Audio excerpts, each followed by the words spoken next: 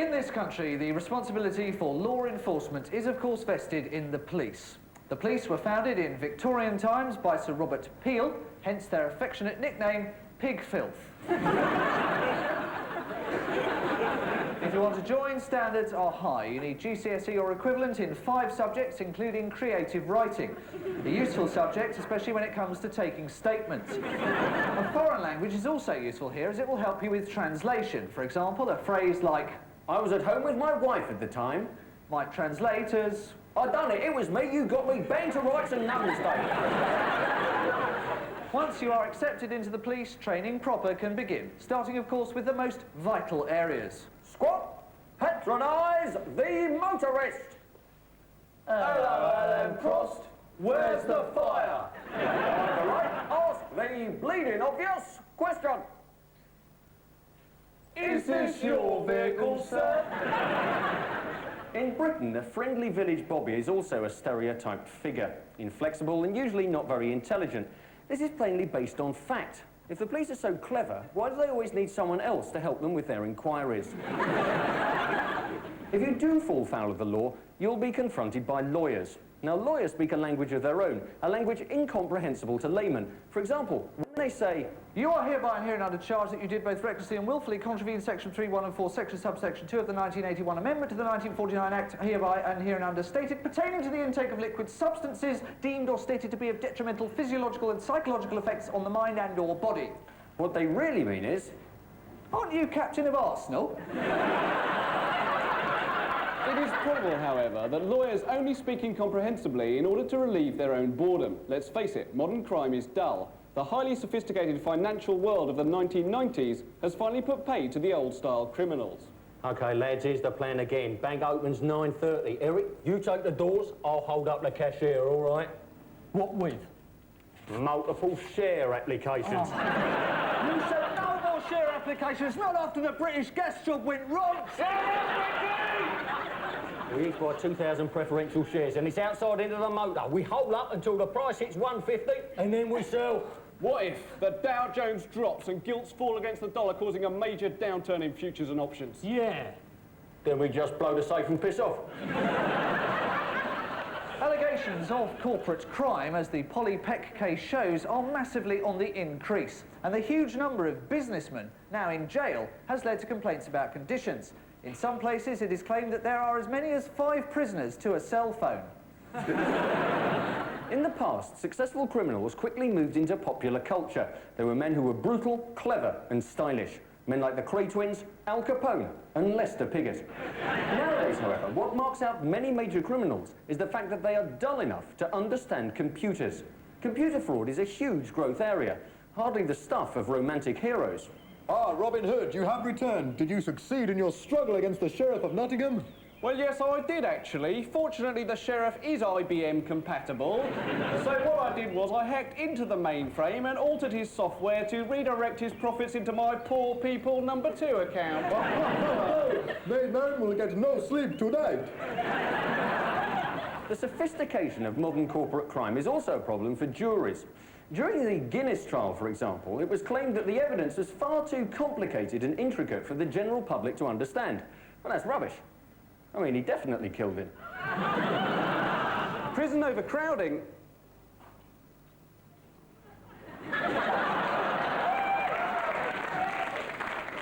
Prison overcrowding, however, has led some legal experts to demand reform of sentencing. At the moment, it appears that our prisons are full of men convicted of rather mundane crimes. Night, Mr. McGuire. Dozy now. Your first day, was it, Godman? That's right, Fletch. Oh, don't worry, you'll soon work out who to mix with and who to avoid. Night, Fletch. Who was that? Oh, case in point, obviously. A dangerous felon. That is only a raw plug at Jackson. What did he do? Oh, you see, well, he used to work down Texas home care, see? And every night he would surreptitiously slip a raw plug into his overall pocket. At the end of 10 years, he'd stolen raw plugs to the value of £10.23. He got 15 years for that. Mind you, old raw plug, he's very popular with the screws.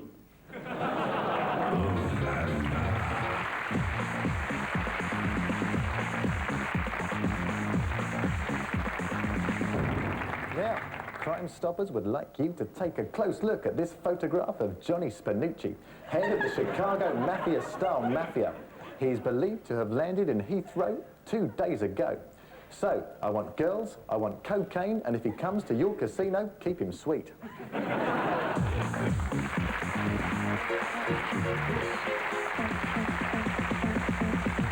I recently joined Greenpeace so I could get to watch the seal culling videos. Because they are brilliant, because the seals always have the same expression in their big brown eyes whenever they see the seal clubbers coming towards them. It's like, oh great, softball.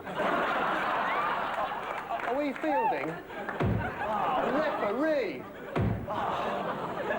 Then there's the destruction of the rainforests, whole civilizations being eradicated, and thousands of young tribesmen left to think, oh damn, and I was just about to get the large plate in my bottom lip as well. Yeah, I really wanted to be a chest of drawers. Some of the extended bottom lip look tribe have already left their past behind and found menial work in the West. The Brazilian government is destroying my traditional way of life, milady. Yes, Parker. By the way, we're missing a piece of crockery.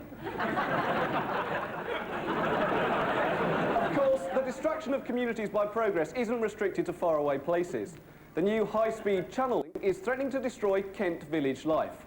Yeah, that's a real tragedy, isn't it? I mean, what will England be without all those endless days of incest and unreported strokes? Retards cricket and I'm on first name terms with the postman bollocks.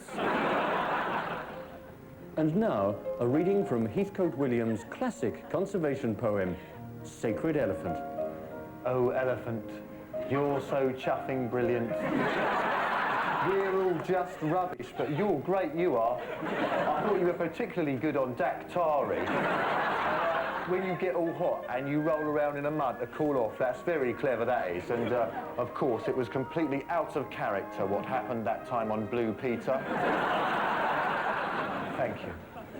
The big environmental problem, of course, is global warming. If it carries on, then soon we're going to have a new sign in swimming pools to go with no ducking, no diving, no petting and no pushing, no water. People will still pay £1.50, though, to get verrucas and roll around in a 9-year-old's turd. If global warming has the disastrous climatic effect that many scientists predict, people like Michael Fish are going to be too weak-looking to read the weather. We're going to need strong, reassuring, heroic figures. Well, now, it's going to be a windy day, with snow and rain just edging into the Midlands, and even perhaps parts of Wales as the day progresses.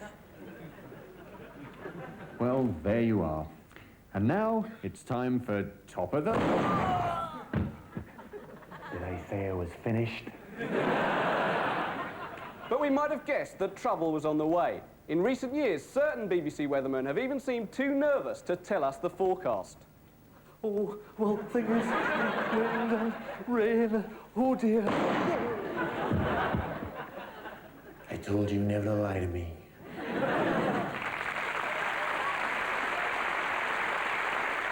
No, indeed, ladies and gentlemen, I did not think that last sketch was very right on at all. I did not like it. I mean, me, I come out with all this clever stuff about the multinationals and the third world thing and the responsibility of the banks. But don't you think all the time I'm going on and on and on, small penis. Well, that's been on. Good night.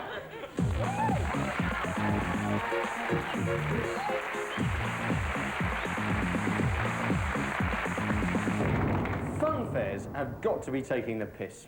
The ghost train, for example. It's an extraordinary idea that the ghost train is meant to be as terrifying as other things in the horror genre. They went on a ride they would never forget.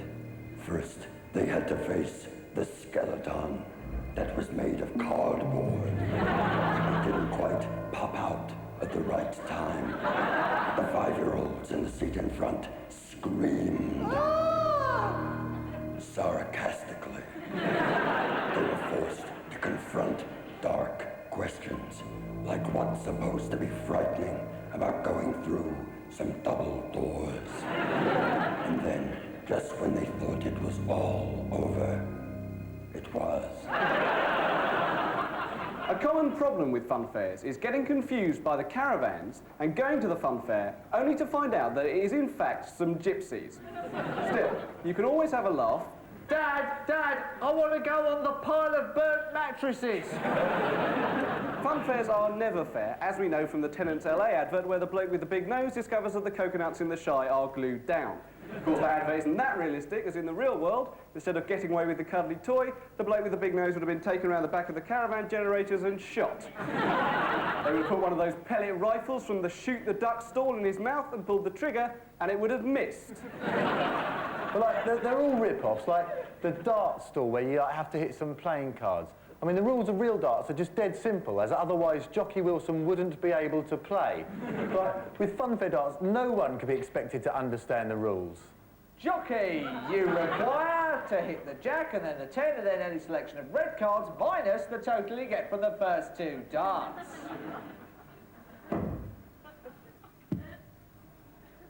£180 you've spent on this stall without even winning an Elvis Presley mirror.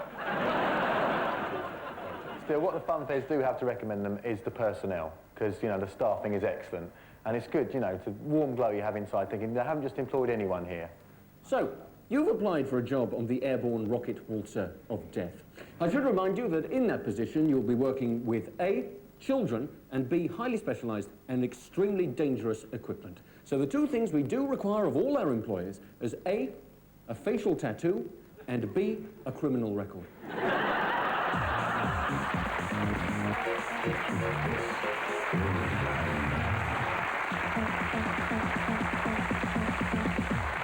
This week's story comes from The Indie. For anyone who doesn't know, The Indie, produced by The Independent, is a newspaper for children.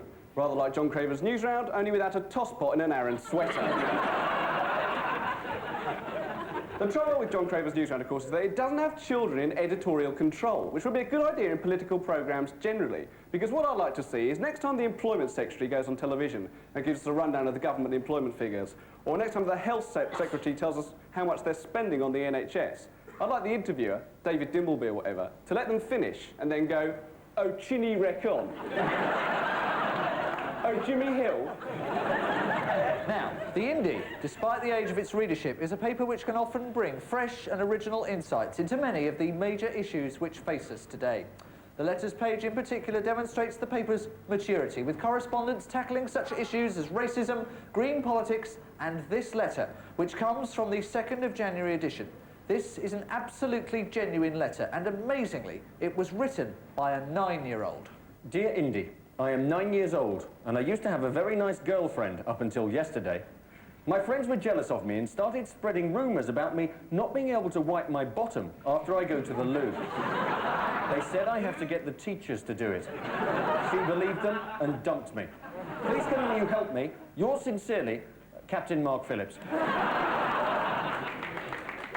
No, it wasn't from Mark Phillips. It was actually from a boy called Alex, who lives in Sussex. It was such a brilliant letter that I actually cut it out of the Indie. Now, what I'd like to say is that it's all very well to laugh, but one remembers how cruel school children can be. And so, Alex, we at the Mary Whitehouse Experience would therefore like to say on the television, Alex got wipe his Dear BBC, I find this whole matter utterly puerile and not worthy of serious discussion, and so does my wife. Or at least she would, had she not left me 2 days ago following a spate of rumours suggesting that I can't wipe my bottom after I go to the loo.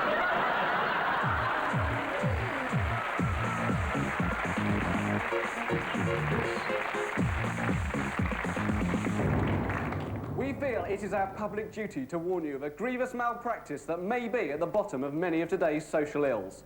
It appears that for some time now, there is a group of people who have been, I can hardly bring myself to say it, taking 2 bottles into the shower. Shampoo and conditioner. I mean, who are these maniacs? I mean, it's just so stupid. Calm down, OK? Look, thank I mean, God. it's unbelievably stupid. There are other people, and I've seen them on the telly, who are at last beginning to speak out on this issue. Shampoo and conditioner? Take 2 bottles into the shower? Not me. I just spend my time looking in other people's lockers.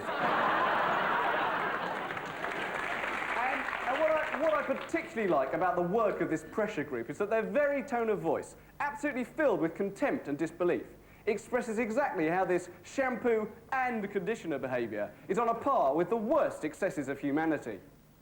Shampoo and conditioner. Take 2 bottles into the shower. Get my mother to sleep with a donkey. Exhume a recently buried corpse and smear its blood all over Mother Teresa's face. Not me. I just want to wash and go. Why people can't realise the immense benefits of using wash and go is beyond me. I mean, think of the problems Janet Leigh alone could have avoided in Psycho.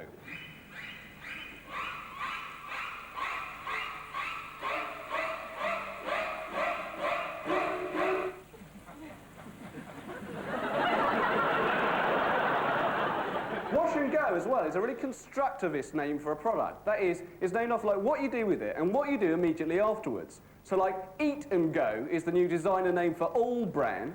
Of course, Wash and Go is made by Vidal Sassoon. And the thing about Vidal Sassoon is, with a name like that, he just had to become a hairdresser. I mean, like, what else could he have done?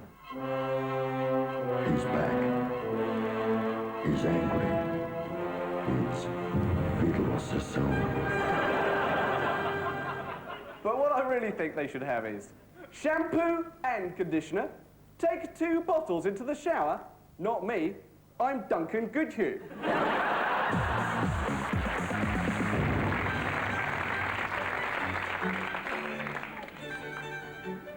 The economy is not in decline. Inflation will turn down by the end of next month, and the long-term prospects for economic growth are excellent.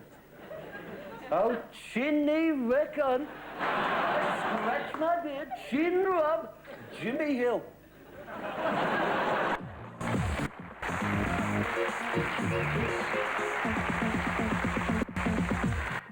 The Bahamas, Florida, Turkey. Just some of the holiday destinations that I'm too frightened to fly to this year. Still, you can always watch the holiday programme instead. The trouble with that is that the reports bear no resemblance to most people's actual experience of holidays. Hello, on this week's programme, Kathy Taylor gets pestered by a timeshare salesman.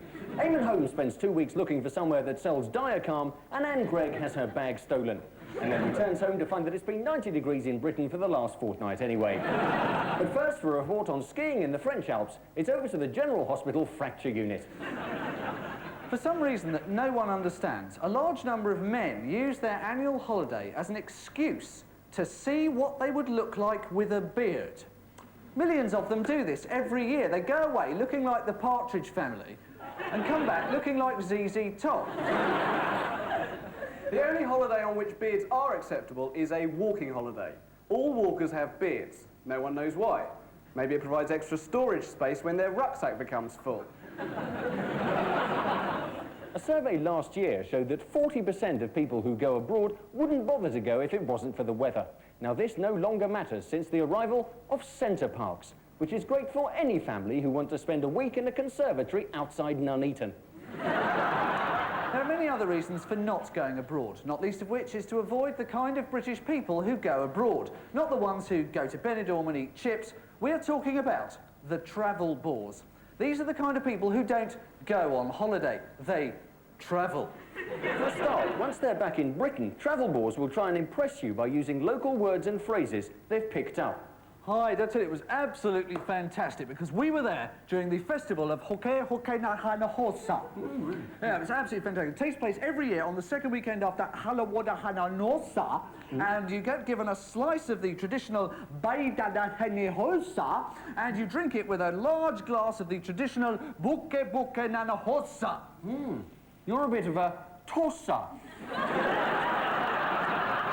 Of course, travel bores will also tell you about their travels without any hint of exaggeration. While I was in Afghanistan, I actually spent 2 weeks with the Mujahideen. Yeah, and disguised as a native herdsman. I once changed planes at Kabul airport. Oh, God, right here. Going out of Turkey, I was really bricking it at customs because I was smuggling so much stuff. In my back pocket, I had a nearly full packet of Anadin. I came face to face with one of the most dangerous snakes in the world. In Sydney Zoo. There is, however, one phrase which is more hideous than any other. I've got a few photos I must show you. Did I tell you I'd grown a beard? And of course, common to the end of all holidays is the paranoia that everyone knows you've been away, and they're all thinking the same thing. Message for Mr. Badil, passenger recently arrived from Corfu. You're not very brown, are you?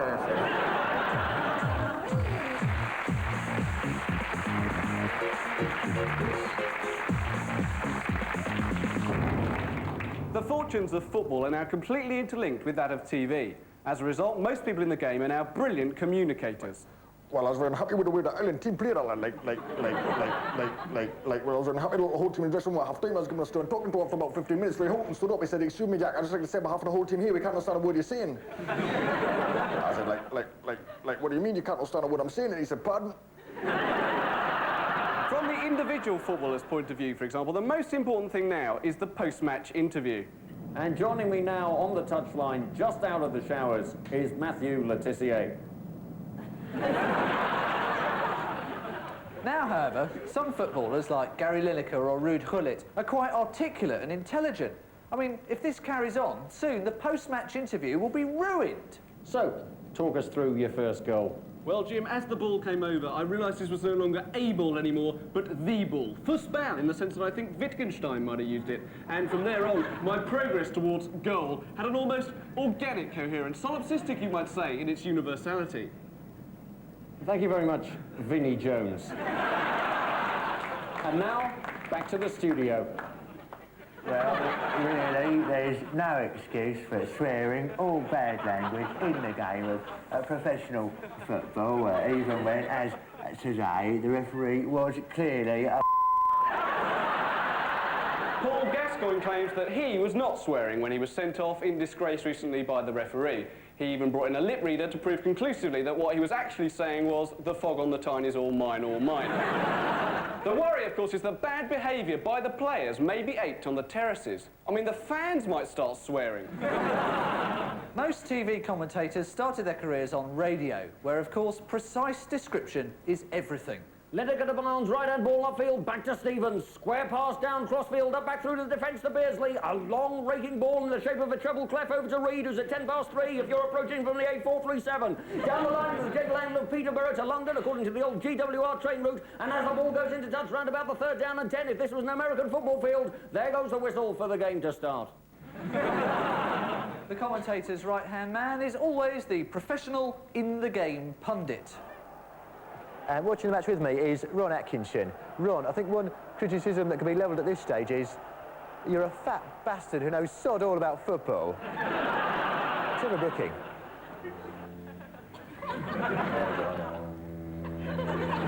For me, the actual result of the game is not as important as, I've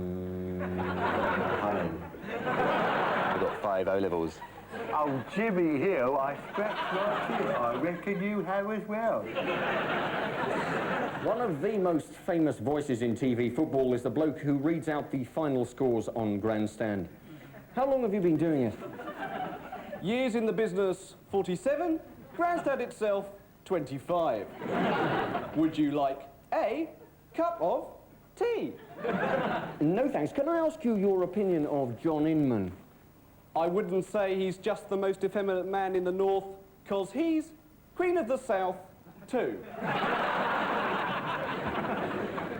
In football, whenever a team from the south plays a team from the north, the southern fans always go, "What's it like to lose your job?" just once, it would be wonderful if all the northern fans with one voice were to shout back, "It's terrible! Your whole expectation of life diminishes and you lose your self-respect!"